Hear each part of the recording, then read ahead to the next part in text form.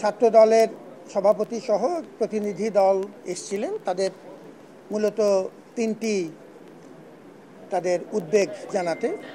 একটি উদ্বেগ হচ্ছে যে ঢাকা বিশ্ববিদ্যালয় প্রশাসন জামাতে ইসলামী বাংলাদেশ যে রাজনৈতিক সংগঠনটি আছে তাদের দ্বারা প্রভাবিত কিনা। ২ নম্বর উদ্বেগ তাদের যেটি আছে সেটি হলো যে আমরা আজকে